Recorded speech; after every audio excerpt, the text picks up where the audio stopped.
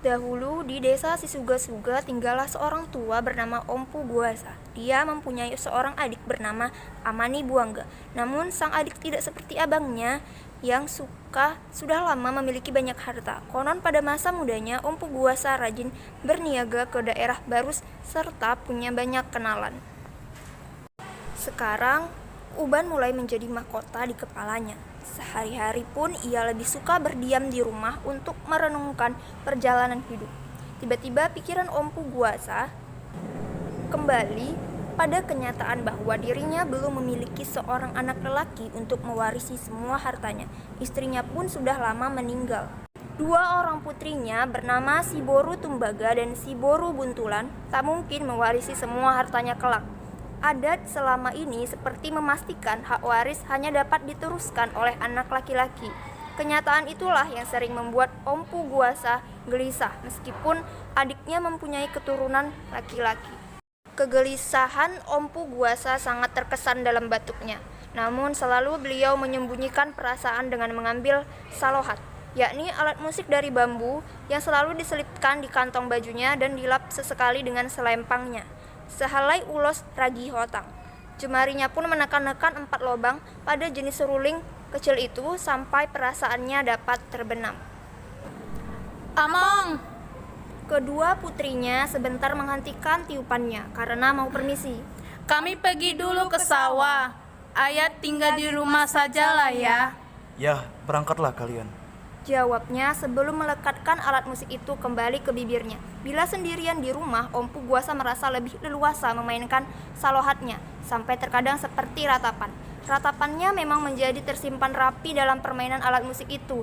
Beliau tidak pernah mampu meratap dengan andung karena tidak pintar berkata-kata. Belum tuntas kegelisahan, kedua putrinya tiba-tiba kembali ke rumah. Mereka terusik dan tak tahan mendengar senandung seorang gembala di tengah jalan. Sebenarnya mereka ingin meneruskan langkah sampai ke sawah. Namun hati Si Boru Tumbaga langsung seperti disayat sembilu setelah mendengar senandung itu. Kenapa kalian kembali tiba-tiba, Boruku? Dilihatnya sedikit rasa cemas di wajah putri sulungnya, Si Boru Tumbaga. Demikian pula pada wajah Si Boru Buntulan, adik satu-satunya Si Boru Tumbaga. Begini, Among, kami sangat berharap agar ayah segeralah menikah lagi. Tanda Si Boru Tumbaga. Ompu Guasa menduga kalau kegelisahannya selama ini mengalir dan membuahkan permintaan kedua putrinya itu. Namun ia masih mencoba menolak. Kumohonkan, Among, jangan lagi menolak permintaan ini. Tadi sebelum mendadak kembali ke rumah ini, ada seorang gembala melantunkan lagu begini. Duhai perahu di tengah danau, andai dayungmu patah, kemana gerangan engkau hanyut? Wahai sang putri yang gemulai, andai ayah anda mati, kemana gerangan engkau berpaut? Begitulah yang kami tangkap, Among. Sudahlah, kalau takdir pada badan sudah begini diberikan sang pemula jadi Nabolon, aku tetap bisa menerimanya. Entah sudah berapa kali Ompu Guasa mencetuskan perkataan itu di hadapan kedua putrinya. Namun karena Si Boru Tumbaga tetap mendesakkan permintaan itu, akhirnya Ompu Guasa bersedih. Kalau begitu terserahmu lah, Boru Tumbaga. Kalau aku harus menikah lagi, lakukanlah apa yang bisa engkau lakukan. Mendengar perkataan terakhir itu, Si Boru Tumbaga bergerak untuk berangkat ke Barus. Di Barus ada seorang dukun bernama Datu Partungkot Bosi. Sang dukun sudah lama terkenal dengan berbagai keahliannya untuk meramalkan sesuatu. Datu Partungkot Bosi juga ahli tersohor di wilayah barat negeri yang menguasai Debata Nipar Manukon, semacam peta baik buruk untuk suatu yang direncanakan. Dari desa Sisuga-Suga ke Barus, orang akan melalui hutan dan tempat-tempat berbahaya, terutama bagi kaum perempuan. Saat menempuh perjalanan itu, Si Boru Tumbaga melakukan penyamaran seperti lelaki. Dipilihnya salah satu pakaian dan topi dari lemari ayahnya. Dia pun tak lupa menggunakan kumis palsu. Sampai kebetulan ketemu di tengah hutan dengan Datu Partungkot Bosi. Si Boru Tumbaga selalu berusaha menciptakan gerak-gerik menyerupai seorang laki-laki suruhan. Terkadang dia ketakutan juga dengan penyamarannya. Bah, Lai, kenapa kau ketakutan melihatku? Kita tidak kebetulan sama-sama manusia juga di tengah hutan ini. Kenapa kau kelihatan takut? Ucapan salam kepadamu, Lai. Horas! Bala si Boru Tumbaga sambil berusaha menirukan suara lelaki. Kebetulan aku hendak ke negeri Barus menemui Datu Partungkot Bosi. Kuharap kau jangan berpura-pura tidak mengenalku. Akulah Datu Partungkot Bosi. Lalu kenapa kau memerlukanku? Si Boru Tumbaga sempat tidak percaya kalau yang dijumpainya di tengah hutan itu adalah Datu Partungkot Bosi. Namun setelah memperhatikan tampangnya yang serupa dengan cerita Ompu Guasa, si Boru Tumbaga mengakui dirinya sebagai suruhan Ompu Guasa. Lalu dari tuturan sang dukun itu, si Boru Tumbaga kemudian tahu bahwa Ompu Guasa adalah sahabat lama Datu Partungkot Bosi.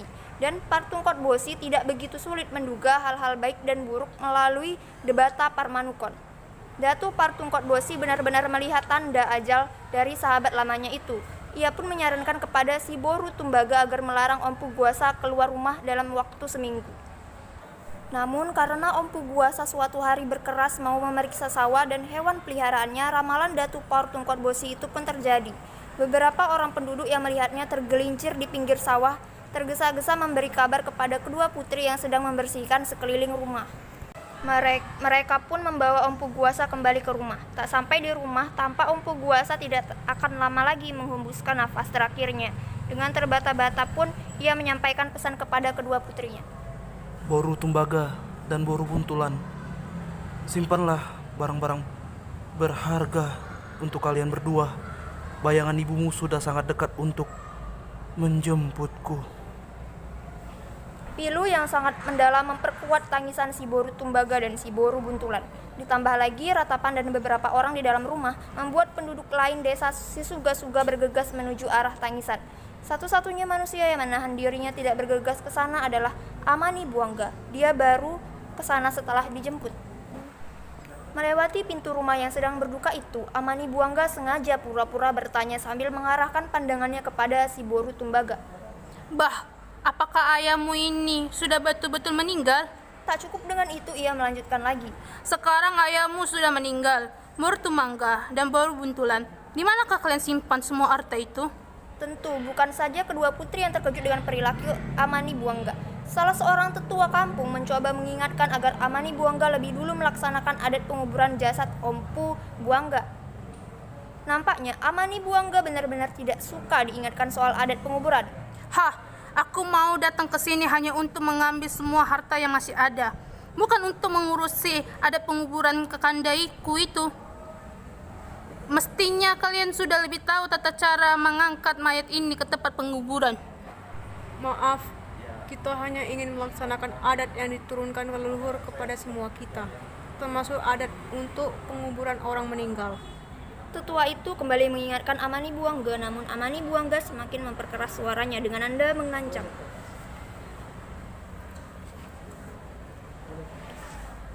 Kalau kalian tidak mau menguburkan jasad ini, aku akan membuangnya ke pekarangan sana. Sungguh tidak terduga perkataan Amani Buangga seperti itu. Apalagi ia diucapkan di tengah kumpulan orang yang tengah berduka. Perkataan itu melanggar adat. Namun tetua kampung merasa lebih baik tidak menanggapi perkataan itu. Ia meminta orang-orang mengangkat mayat Ompu Buangga dan menguburkannya secepat mungkin. Namun selama waktu penguburan, Amani Buangga tetap tinggal di rumah Ompu Guasa. Ia juga tidak mengizinkan si Boru Tumbaga dan si Boru Buntulan keluar dari rumah itu. Malahan ia semakin mencecar mereka dengan pertanyaan soal harta peninggalan Ompu Guasa. Aku sudah periksa hubung, pati harta itu tak satu pun lagi yang ada di sana. Di mana kalian sembunyikan pingangan pisau dan semua ulos? Didesaknya terus kedua putri itu secara bergantian. Walau semua pertanyaan terhambat dijawab, Amani Buangga menampar wajah kedua putri itu. Ketika semua orang mulai kembali dari tempat penguburan, tetua kampung dengan berani kembali menegur Amani Buangga. Maaf, kami sudah kembali dari tempat penguburan. Sekarang kami lihat kamu mulai menyiksa kedua putri ini. Mendengar teguran itu, Amani Buangga semakin berang dengan mengatakan, Akulah yang berhak di rumah ini. Kalau ku bilang mau menggorok leher mereka berdua, aku akan gorok. Kalian mau apa? Kamu benar-benar tidak beradat. Amani Buangga, memang kamulah yang berhak di rumah ini sekarang. Dan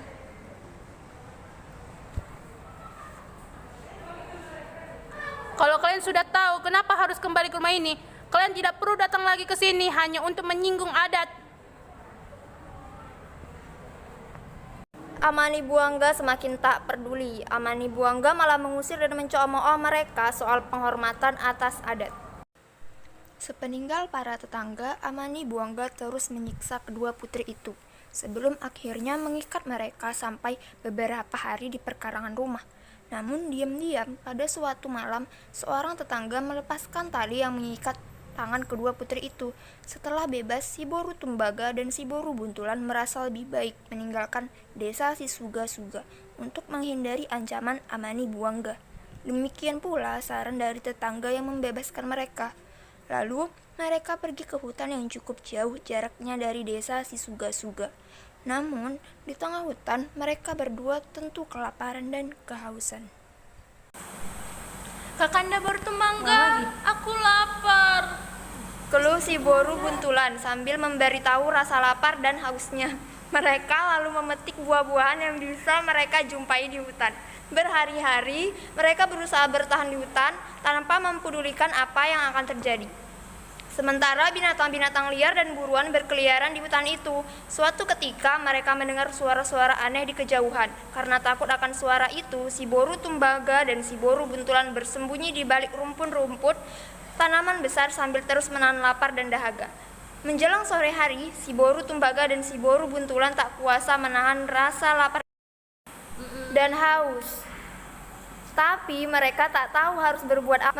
Mereka pun menangis sejadi-jadinya. Tiba-tiba dari tempat lain di hutan itu, dua orang pemburu terkejut mendengar suara tangisan mereka. Apakah kalian manusia? Woi, apakah kalian manusia? Iya, kami manusia. Si abang meyakinkan adiknya kalau suara yang menyaut itu benar-benar suara manusia. Ah, itu hanya tipuan hantu yang menjaga hutan ini agar kita mendekati mereka sebelum kenalan kita. Tapi coba dulu tanya mereka berapa jumlahnya. Kalau kalian benar-benar manusia, ada berapa orang di sana? 2 orang. Sahut kedua putri. Ah, karena mereka sudah tahu kita ada 2 di sini, dibilanglah mereka 2. Ayo, kita pulang saja sebelum ditelan mereka. Karena si abang lebih berpengalaman berada di hutan itu, dia pun berusaha meyakinkan adiknya. Mereka lalu mendekati sumber suara itu sampai bertemu dengan sosok kedua putri yang sudah mulai kelihatan sangat lapar dan haus. Sebelum kedua pemburu itu bisa menanyakan asal-usul kedua putri, mereka terpaksa memberikan seluruh perbekalan makan dan minuman mereka. Kalau kalian adalah putri Empu Buasa, kenapa kalian sampai terdampar ke sini? Setengah tidak percaya, salah seorang pemburu mulai melontarkan pertanyaan. Meskipun para pemburu itu adalah penduduk luar desa Sisuga-Suga, nama Empu Buasa sebagai orang kaya sudah tersiar kemana-mana. Kemudian si Boru Tumbaga menceritakan kejadian dan perilaku yang mereka terima dari adik kandung ayah mereka sendiri, yakni Amani Buangga. Kedua pemburu itu bukan saja terkejut dan ingin membantu si Boru Tumbaga dan si Boru Buntulan, namun kebetulan juga mereka belum mempunyai pasangan hidup. Abang beradik pemburu itu pun menyatakan niat mereka menikahi putri-putri Empu Buasa. Kedua pasangan tersebut akhirnya hidup berkeluarga. Namun suami-suami mereka tetap memendam rasa amarah atas perbuatan Amani Buangga kepada istri mereka. Suatu ketika keduanya pergi ke desa Sisuga-Suga untuk memperlakukan Amani Buangga seperti yang dilakukannya kepada kedua istri. Mereka ikat Amani Buangga di tengah kampung itu. Tibalah saatnya si Boru Tumangga dan si Boru Buntulan berpura-pura lewat dan melepaskan ikatan Amani Buangga itu. Amani Buangga tidak pernah menduga kalau si Boru Tumbaga dan si Boru Buntulan masih hidup. Akhirnya dengan tulus hati Amani Buangga menyesali semua perbuatannya dan ingin mengembalikan semua harta yang layak diwarisi oleh si Boru Tumbaga dan si Boru Buntulan.